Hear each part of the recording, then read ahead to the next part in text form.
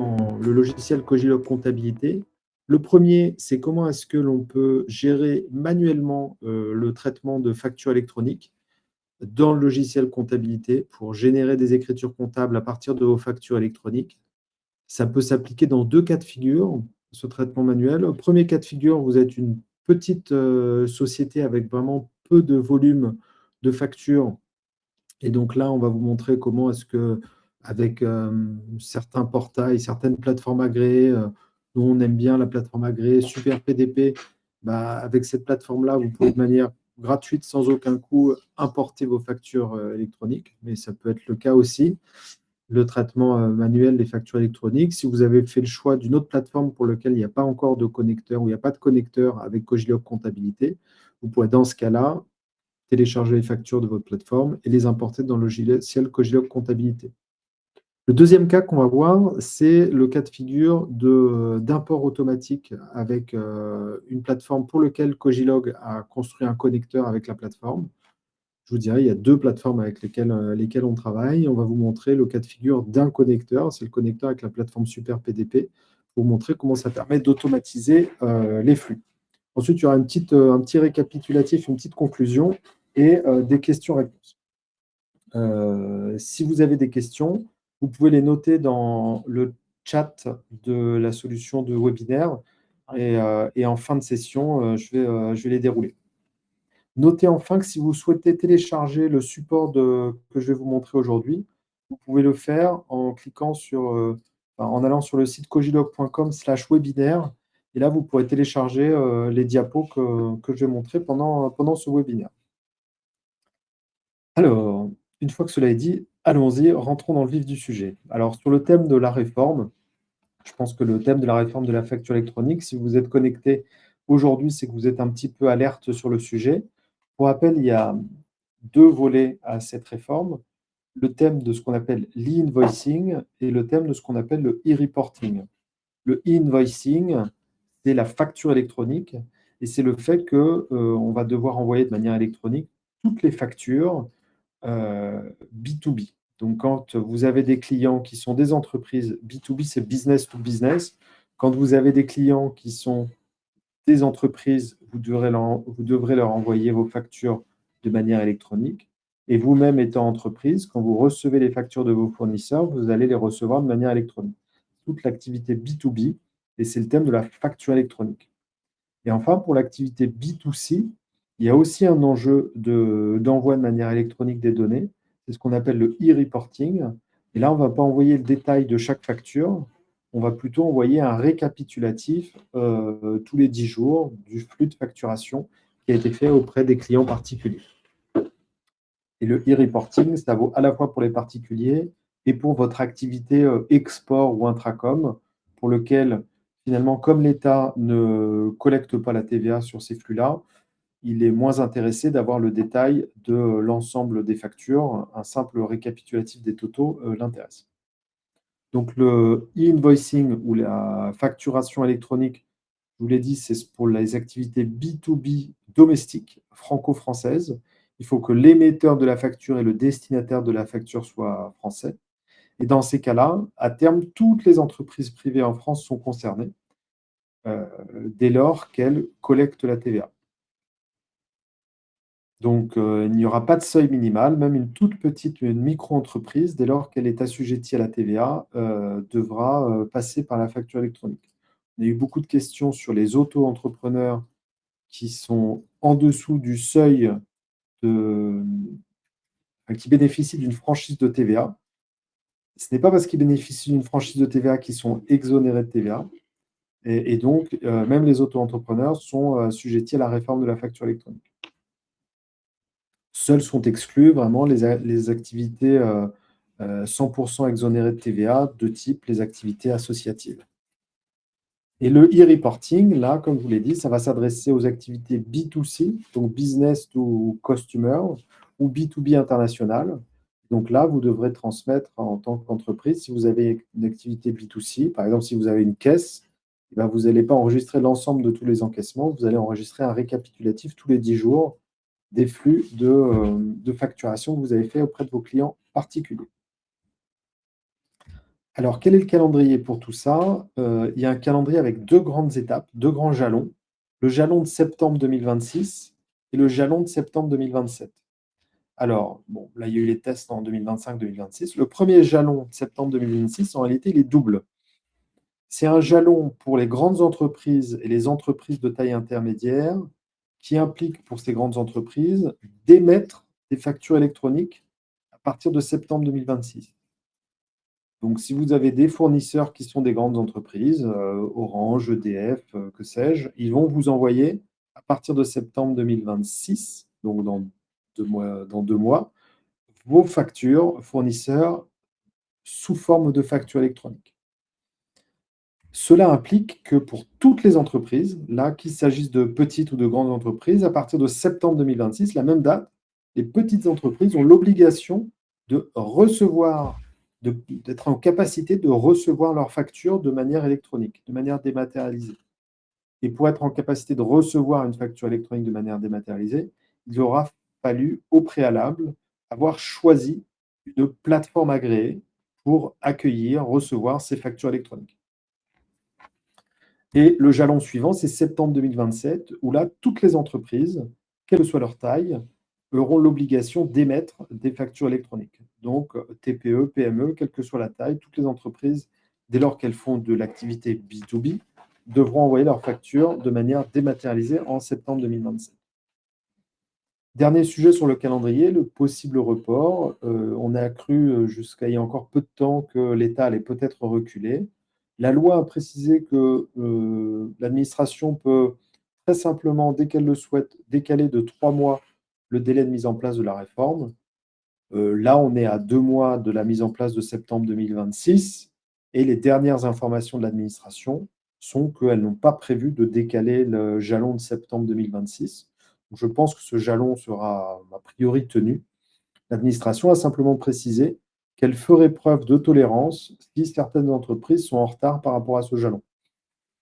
Donc, je pense qu'il y a peu de risques que si une entreprise n'ait pas déclaré sa plateforme agréée au 2 septembre, elle ait tout de suite une amende. Il n'empêche qu'elle tombe sous le coup de l'obligation dès le 1er septembre, donc autant choisir sa plateforme. Alors ensuite, un petit schéma sur qu'est-ce que c'est que ces histoires de plateforme agréée. Alors, j'ai ici un petit schéma que vous avez peut-être vu. Le principe, c'est que avant, un fournisseur, il envoyait directement sa facture à son acheteur. Maintenant, ça ne va plus passer comme ça. Un fournisseur, il va envoyer sa facture à sa plateforme agréée et sa plateforme agréée va envoyer sa facture à la plateforme agréée du client et la plateforme agréée du client va envoyer sa facture au client. Donc, on voit, il y a ces 2 intermédiaires, les plateformes agréées. Et les plateformes agréées, quand un fournisseur envoie une facture à sa plateforme, elle l'envoie à l'autre plateforme, mais elle envoie aussi à ce qu'on appelle un concentrateur, le PPF, la plateforme nationale, qui elle-même l'envoie à l'administration fiscale. Ce qui veut dire que dès lors que vous déposez votre facture auprès de votre plateforme agréée, elle l'envoie à votre client et elle l'envoie à l'administration. Ce concentrateur, donc, il va récupérer toutes les plateformes, enfin toutes les factures d'une part, et d'autre part, il va aussi garder une liste qu'on appelle l'annuaire. Et l'annuaire, c'est quoi? C'est la liste de chacune des entreprises qui sont enregistrées et dans lesquelles elles ont déclaré ma plateforme, c'est telle plateforme. Et c'est quand vous déclarez sur une plateforme que l'annuaire, c'est que finalement la plateforme de votre client, c'est celle-ci. Et c'est comme ça que votre plateforme sait qu'il faut envoyer votre facture à l'autre plateforme parce que le client a été référencé sur l'annuaire via sa plateforme. Aujourd'hui, des plateformes agréées, il y en a environ 140, 150 qui ont reçu l'agrément de l'administration d'être officiellement plateforme agréée. Pour recevoir cet agrément, elles ont un certain nombre de cahiers des charges à respecter, des cahiers des charges en termes de sécurité informatique et aussi une capacité à pouvoir manipuler les fichiers informatiques, les fichiers de facture électronique entre les différents formats de fichiers qui sont acceptés. Et le portail public, lui, il a pour but de collecter toutes ces informations-là et l'envoyer à l'administration fiscale. Pour l'administration fiscale, l'objectif, il est, on va dire, double. Un premier objectif, enfin, ou triple, je dirais. Un premier objectif qui est de s'assurer que ça diminue le risque de fraude, puisque les factures, elles ne peuvent pas être envoyées à 2 clients à la fois ou 2 fournisseurs à la fois. Les gens qui avaient des méthodes de fraude qui faisaient des comptabilités obscures ou doubles, là, c'est plus possible parce qu'une facture égale un fournisseur, forcément. Deuxième objectif de l'administration, ça va simplifier le contrôle fiscal, puisque quand elles lanceront un contrôle fiscal, elles auront accès directement à l'ensemble des facturations, l'ensemble des factures qui justifient d'une comptabilité. Et troisième objectif pour l'administration, un objectif un petit peu non avoué, mais qu'on sent quand même venir, c'est l'objectif d'avoir à terme une sorte de déclaration de TVA pré-remplie sur le modèle de la déclaration d'impôt pour les particuliers pré-remplie, qui permettra à l'administration de ne plus être en attente des déclarations de TVA des entreprises, mais d'être finalement proactive. Le 24 du mois, l'administration pourra vous dire j'attends de votre part le règlement de tel montant de TVA parce que toutes les factures que j'ai reçues me disent que vous avez collecté tel montant de TVA. Donc voilà un petit peu le principe pour l'architecture qui a été retenue pour les flux de factures électroniques. Ensuite, ce flux, en réalité, d'envoi d'une facture d'un fournisseur à un acheteur, il est un petit peu plus complexe parce qu'il y a la possibilité d'avoir des statuts sur ces flux de factures. Et là, l'administration a prévu un schéma qui est le suivant, que vous avez peut-être vu, qui doit permettre de modifier ou suivre l'état d'avancement d'une facture électronique. Donc, ça se présente sous forme de 4 étapes: la préparation, l'émission, la réception, la validation et le paiement, et des étapes qui sont au niveau du fournisseur et de l'acheteur. Donc, première étape, le fournisseur va générer une facture électronique, par exemple avec le logiciel Cogilog Gestion ou avec tout type de logiciel de facturation. Qui génère sa facture électronique, il va la déposer sur sa plateforme agréée. Donc là, la plateforme, elle a un statut obligatoire qui est le statut déposé. La plateforme va vérifier la conformité de la facture. Dès lors que la plateforme la considère comme juste, elle va l'envoyer à la plateforme du client. Donc le statut de la facture a changé, il a un statut reçu par la plateforme du client. Là aussi, la plateforme du client va réaliser un certain nombre de contrôles de conformité sur le fichier. Si le fichier est non conforme, elle a la possibilité, la plateforme, avant même d'envoyer la facture à son client, de rejeter la facture. Dès lors que la facture est jugée conforme par la plateforme du client, la plateforme va la mettre à disposition de l'acheteur. C'est là où vous, en tant qu'entreprise, vous allez avoir des factures mises à disposition sur votre plateforme, des factures de vos fournisseurs qui sont mises à disposition. Ce statut, lui, il n'est plus obligatoire, il est complémentaire, un petit peu facultatif. Et ensuite, c'est là où ça se corse. Une fois que vous avez reçu votre facture, vous avez la possibilité de la refuser. Donc là, la facture a un statut obligatoire refusé, retour à l'envoyeur. Vous avez la possibilité de l'accepter, de la prendre en charge. Et là, une fois que vous l'avez acceptée, vous pouvez la suspendre, la mettre en litige, l'approuver, voire l'approuver partiellement. Une fois que vous l'avez approuvée, vous allez pouvoir la régler. Et là, vous avez la possibilité d'informer l'administration et votre fournisseur que vous avez payé. Donc là, vous allez dire que la facture elle a le statut paiement transmis. Toutes ces étapes Orange, elles sont un petit peu facultatives, hein. Et une fois que le paiement a été transmis et que le fournisseur a reçu le paiement, lui, il a l'obligation d'informer l'administration qu'il a encaissé la facture. Et ça, c'est un statut obligatoire. Donc, on le voit avec ce schéma, et je m'en excuse s'il est un peu compliqué, on voit que les factures, elles ont différents statuts. Et donc, dans le processus de traitement, dans votre logiciel de gestion, dans votre logiciel de comptabilité en l'occurrence, il sera important de pouvoir suivre le statut de ces factures. Et on va le voir, c'est un des intérêts qui est proposé par les connecteurs proposés par Cogilog.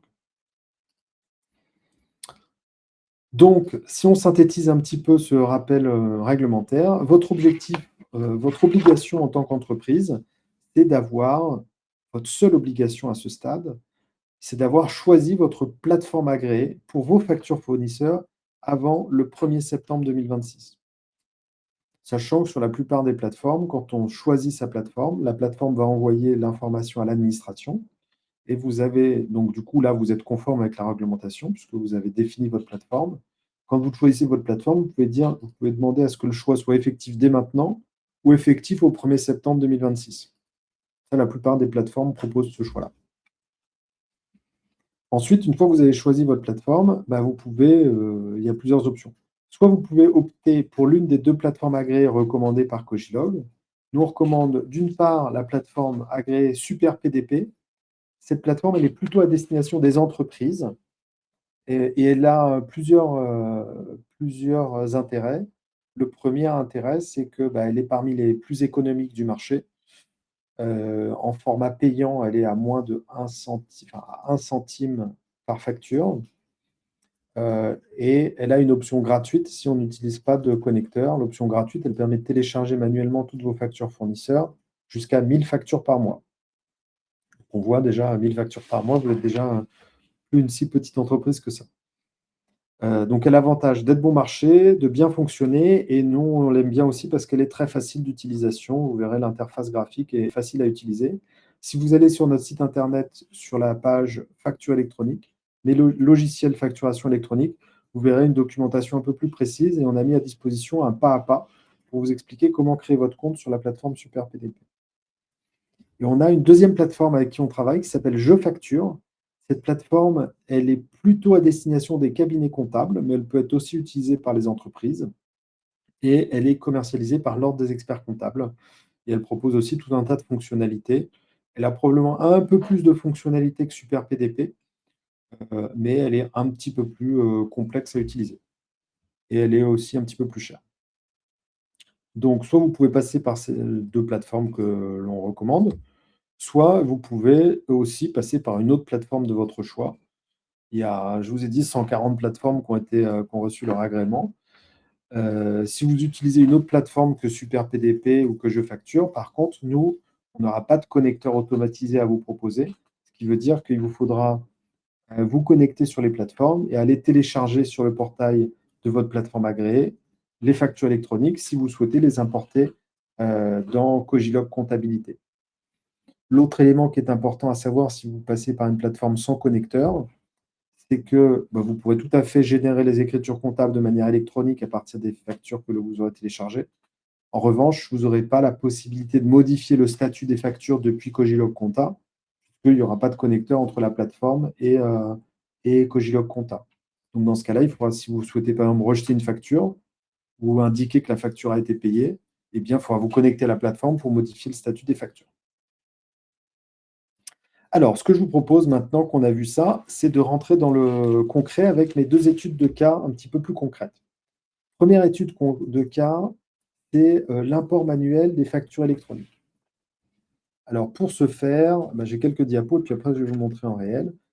Il faut au préalable avoir créé un compte sur votre plateforme agréée. Là, on va prendre l'exemple de Super PDP.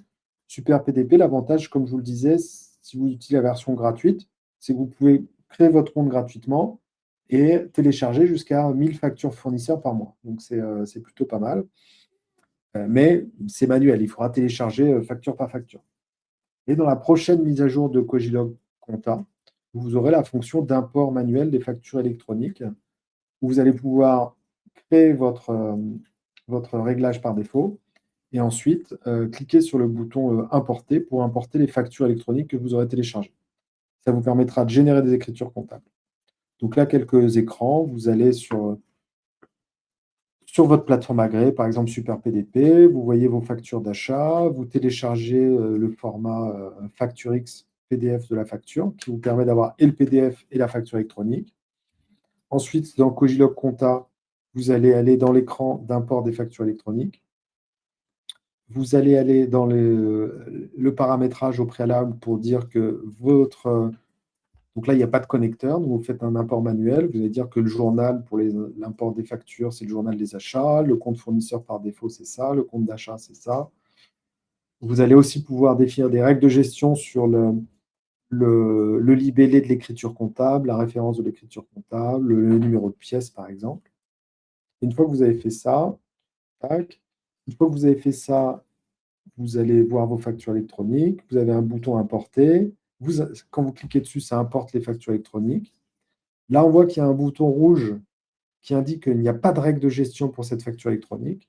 Donc, on va dans le bouton, on clique dessus, on va dans l'onglet règles d'affectation pour définir automatiquement les règles d'affectation. On va dire, par exemple, j'ai un fournisseur qui est Bouygues Télécom, mon compte d'achat, mon compte de tiers, c'est 401 Bouygues. Mon compte d'achat, c'est 626 frais de télécom dans le journal des achats, éventuellement la section analytique. Et quand vous revenez, et quand vous avez fait ça, du coup, il y a une puce verte parce qu'il dit pour tel fournisseur, c'est le fournisseur Burger Queen, et j'ai une règle d'import. Donc, vous pouvez cliquer sur le bouton Créer les écritures. Voilà, il dit que c'est importable. Vous pouvez cliquer sur le bouton Créer les écritures. Ça vous donne un petit compte rendu d'import. Les opérations ont été réussies. Et ça a créé les écritures comptables. Ça a créé les écritures comptables à partir des factures électroniques qu'on a importées et des règles d'import qu'on a définies. Là, on a dit que sur ce fournisseur-là, c'est 401 burgers et le compte d'achat, c'est 628. Il y a aussi cette petite pièce qui est disponible ici, vous connaissez peut-être, qui permet, quand on clique dessus, d'ouvrir la pièce justificative en PDF qui peut être revisualisée pour vérifier que tout est bon. Les écritures ont été créées, le bouton qui permet de voir les documents. Et si on retourne dans l'écran d'import, on voit désormais que l'import a été fait. Il y a une petite flèche ici qui indique que l'import a été fait. On peut à tout moment cliquer dessus pour voir la facture ainsi générée. Alors là, je vous l'ai montré en diapo. Ce que je vous propose, c'est de basculer en monde réel. Je lance le logiciel Cogilog Compta. Là, on va faire un import manuel. Voilà. Donc là, vous reconnaissez le logiciel Cogilog Compta. Je suis sur le plan comptable. Et donc, désormais, on a une nouvelle option qui est importer des factures électroniques. Là, je suis dans l'écran des factures électroniques. Je vois que, a priori, je n'ai aucune facture, aucune règle d'import. Je vais ici dans mes règles d'import. Et là, comme je vous le disais, on va définir quel est le journal des achats, quel est le compte par défaut pour un compte fournisseur, je mets 401. Le compte de charge, j'ai mis autre service extérieur. Et là, on peut dire le libellé. Le libellé, je veux qu'il soit rempli par le nom de la règle et le nom du fournisseur, par exemple. Ou je peux mettre la référence et l'identifiant de la facture. La référence, je mets le type de facture. Et puis, le numéro de pièce, je mets le comportement défini dans le journal. De cette manière-là, si vous avez une numérotation automatique des pièces fournisseurs, ça va continuer à suivre la séquentialité de vos numérotations des pièces fournisseurs. Une fois que je fais ça, je vais dans le menu Facture. Et donc là, je n'ai pas de facture disponible. Mes factures, là, par exemple, j'ai 3 factures disponibles que j'ai pu télécharger depuis le site Internet. Je vais les retélécharger d'ailleurs. Depuis le site Internet, là, je suis connecté, par exemple, sur le logiciel Super PDP. Vous voyez, pour télécharger des factures d'achat, j'ai 2 entreprises. Là, je suis sur l'entreprise Tricatel. Je vois mes factures d'achat ici. À tout moment, je peux cliquer dessus. Je vois que j'ai différents éléments. Je peux télécharger la facture, télécharger, pouf, je télécharge mon fichier PDF. Je peux l'ouvrir et voir, voilà, il y avait du poulet, 10 000 euros, du conseil, bref, différents éléments, un total, une facture. J'ai fait ça, je les ai téléchargés et quand j'ai téléchargé mes factures ici dans Cogilog Compta, je peux faire importer. Je vais importer. Et là, on voit qu'on a import manuel, les 3 factures que j'ai importées. Il a reconnu la date de la facture, l'identifiant du fournisseur, qui sera le SIRET du fournisseur. Il dit que c'est un import manuel. Il a bien réussi à récupérer tous les montants de la facture. Et il me dit, comme je vous le disais tout à l'heure, le point rouge qui indique qu'il n'y a pas de règle. Donc, je vais pour cela double-cliquer sur mon point rouge. Il va me créer une nouvelle règle en disant, tiens, je pense que cette règle, c'est pour le fournisseur qui s'appelle Burger Queen. Et il se trouve que j'ai trouvé une écriture comptable qui me faisait penser à ça sur le compte 401 fourni Burger, donc il propose ça, et il propose telle règle d'affectation. Ça me va bien, je retourne dessus, et là, désormais, j'ai un point vert. Si jamais je veux faire une nouvelle règle d'affectation, je peux aussi ajouter une nouvelle règle. Donc là, j'ai mon point vert, je peux créer mes écritures, et on a notre compte-rendu d'import qui nous dit que les écritures ont été réussies. Et ici, les écritures qu'on vient d'importer aujourd'hui à 11h27, mes 3 écritures comptables avec les mêmes montants et le petit bouton ici sur lequel je peux cliquer pour ouvrir la pièce justificative de la facture que j'ai importée. Ça veut dire que tous les documents, dès lors qu'on les importe, ils sont stockés sur le poste serveur sur lequel est installé Cochlear.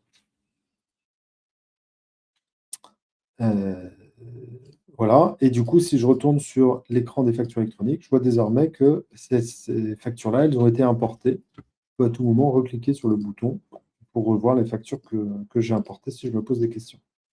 À noter que si jamais je supprime, je regarde les dernières écritures, tac, si je supprime cette écriture-là, eh bien, la facture, elle n'est plus importée puisque j'ai supprimé l'écriture comptable, donc je peux de nouveau la réimporter. Ok. En revanche, si je fais une modif sur l'écriture, là, je veux préciser test, blabla. Bon, bah là, c'est bon, quoi. Elle reste quand même importée. OK? Donc ça, on voit que ça peut répondre aux besoins de deux cas de figure, hein, cette gestion des imports manuels. Tout d'abord, ceux d'entre vous qui ont vraiment peu de factures fournisseurs, je dirais jusqu'à une dizaine de factures fournisseurs par mois, vous avez aussi bien fait d'aller les chercher une à une sur le site internet de la plateforme, vous les téléchargez, vous faites ça pour les importer, vous avez déjà gagné un peu de temps. Ou pour les gens qui ont fait le choix d'utiliser une autre plateforme que celle pour lesquelles on a des connecteurs. Ça permettra aussi de traiter le besoin. Maintenant qu'on a vu le traitement manuel, on va passer au cas numéro 2 de ma petite démo, euh, qui est l'import automatique. Alors, je me dépêche parce que l'heure tourne. L'import automatique, ça fonctionne de la manière suivante.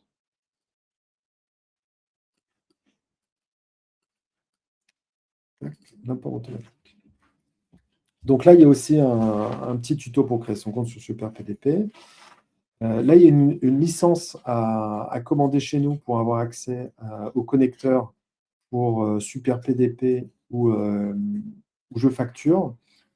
La licence, elle varie pas en fonction du nombre d'utilisateurs, simplement en fonction du nombre de sociétés. Il y a une licence, un abonnement à 100 € par an si vous êtes en mono-société, 150 si vous êtes en version 3 entreprises et 250 si vous êtes en version pro, nombre illimité de sociétés. Là, il y aura plus de réglages à faire sur le compte de création du connecteur. Et là, l'intérêt, c'est que ça vous permettra d'importer automatiquement toutes vos factures fournisseurs et de modifier le statut des factures. Là, on aura, quand on a créé son compte Super PDP, un écran de cette manière-là où on aura un code client et un code secret qu'il faudra bien sauvegarder chez vous. Et ce code client, ce code secret, on le collera dans l'écran de configuration ici. Ensuite, il y a les mêmes règles de gestion à définir. Tac. Et là, la différence, c'est qu'au lieu tout à l'heure de cliquer manuellement sur importer les fichiers, là, on va synchroniser la plateforme. Dès qu'on clique sur le bouton synchroniser la plateforme, ça récupère les factures. La même règle avec, est-ce qu'il y a une règle ou pas qui s'applique avec la puce verte ou rouge s'affiche. Donc là, il n'y a pas de règle. Je crée mes règles. Quand j'ai créé mes règles, c'est bon, la puce verte s'affiche. Et là, je peux enregistrer mes écritures comptables. Mais avant ça, je peux aussi, si je souhaite refuser une facture, modifier le statut. Et là, je vous montrerai qu'il y a pas mal d'options qui sont disponibles directement depuis le logiciel. Par exemple, cette facture-là, je l'ai mis en litige, et donc elle passe dans la catégorie problématique, qui est rouge, parce que je l'ai mis en litige. Il aurait pu être aussi problématique si j'avais importé ou il y avait une facture sur laquelle il y a une erreur. Par exemple, normalement, les plateformes sont censées faire le filtre, mais bon, si jamais j'ai une plateforme qui m'envoie une facture qui ne m'est pas destinée, ou alors une erreur d'une manière ou d'une autre, elle apparaîtra ici. Donc les factures en erreur, elles apparaissent en rouge. On a un petit symbole carré qui indique la source de l'erreur quand on pose la souris dessus. Et on a aussi prévu une option œil. L'option œil, c'est pour cacher des factures qu'on ne veut plus voir. Par exemple, si vous avez une facture qui est en erreur depuis longtemps, ça vous agace de la voir à chaque fois, vous pouvez cliquer sur œil et elle est juste cachée, en fait, simplement. Et après, si vous souhaitez, vous pouvez juste la décacher si vous voulez la voir, mais elle est un petit peu masquée pour ne pas vous embêter avec quelque chose que vous avez déjà traité par le passé. Et ensuite, bah, ça marche pareil. Une fois que vous avez vos factures, vous pouvez cliquer sur le bouton Créer les écritures. Ça génère l'écriture comptable et vous avez la piste d'audit avec la pièce jointe justificative sur laquelle vous pouvez cliquer pour voir le document justif. Et du coup, elles ont changé de statut. Elles sont dans la catégorie des factures importées. Et nous, on a prévu que dès lors qu'une facture a été importée en comptabilité, on change son statut pour la passer en statut approuvé. A priori, si vous avez comptabilisé la facture, c'est que vous n'avez pas le souhait de refuser la facture. On a donc prévu, on va dire, ce sas d'import antérieur à l'enregistrement de l'écriture comptable pour vous permettre de voir les factures avant de générer l'écriture comptable. Et si au moment où vous visualisez la facture, il y a quelque chose qui ne vous va pas, eh ben vous pouvez la rejeter. À noter, ah oui, je ne vous l'ai pas montré, à noter qu'à chaque fois que vous avez une facture dans le logiciel Cogilog Compta, dans le sas d'import, vous pouvez, je refais les choses, tac, importer, si je la reprends. À chaque moment, vous pouvez cliquer sur la touche espace de votre ordinateur, du clavier. Et quand vous cliquez sur espace, ça affiche le PDF. Quand il y a un PDF, ça affiche le PDF de la facture. Et si je fais ici, j'ai un peu plus d'exemples. Par exemple, là, j'importe plein de factures. Vous voyez, elles sont toutes problématiques. Si je vais voir, il me dit, si je vais voir la source du problème, il me dit attention, l'acheteur de cette facture, il a telle sirette, mais toi, tu es sur l'entreprise qui a telle sirette. Donc, je ne peux pas te l'importer. Et si je voulais voir à quoi ça correspond, je clique sur espace et ça m'affiche bien le PDF qu'il y avait avec cette facture. Donc ça, c'est pratique parce qu'avant d'importer une donnée, une facture, on peut la vérifier à l'écran pour vérifier de quoi il s'agit. Alors, une fois que je vous ai dit tout ça, on va passer à la partie démo sur la partie le connecteur automatique. Donc, on a vu tout ça. Donc, je requitte mon écran, je me remets ici. Et là, je vais changer de dossier dans Cogilog Compta. Là, je vais aller dans là. Et donc, comment ça se présente? Je remets en plein écran. Comment ça se présente ici? On va dans Fichier, importer facture électronique. Ici, on a le connecteur Super PDP. Il va y avoir ensuite le connecteur Je facture de la même manière. On peut renseigner son identifiant client, son code secret, le tester. Là, je vois que c'est bon. Avec cette option-là, on a aussi ici, on a prévu une date. En fait, on peut dire, je ne sais pas, vous voulez plus que à chaque synchronisation, il essaie de récupérer les factures antérieures à une certaine date. Mettons, vous avez fait la TVA du mois de mai. Donc, vous savez que toutes les factures fournisseurs au 31 mai, vous n'en voulez plus. Donc là, vous mettez 31/05/2026. Et vous savez qu'à chaque fois que vous allez synchroniser le connecteur, il ne va rechercher que les factures à partir du 1er juin 2026. De la même manière, il y a le réglage des comptes par défaut. Et là, si je vais, là, je n'ai pas de règle d'affectation. Et si je vais sur l'écran facture, vous voyez, comme j'ai mis un connecteur ici, eh bien, j'ai le bouton synchroniser plateforme agréée qui s'affiche. Donc, je peux cliquer sur synchroniser PA. La première fois, ça prend un peu de temps pour faire la première synchro. Il va récupérer les factures. Je l'espère, c'est des mots. Voilà. Et donc là, il me dit, très bien, j'ai retrouvé 3 factures. Mais là, je n'ai pas de règles de gestion qui me sont proposées. Donc, je fais comme tout à l'heure, je clique dessus. Il me dit Burger Queen. Ah bah non, ça, c'est pas 401, c'est 401 Burger. Ah bah, je n'ai pas ce fournisseur-là, je peux créer un compte fournisseur direct. OK. Et puis, qu'est-ce que j'ai comme compte? Ouais, services extérieurs divers, ça me va bien. Donc, je retourne sur mes factures et là, il me dit pour tel fournisseur, pour le fournisseur qui s'appelle Burger Queen, j'ai une règle de gestion.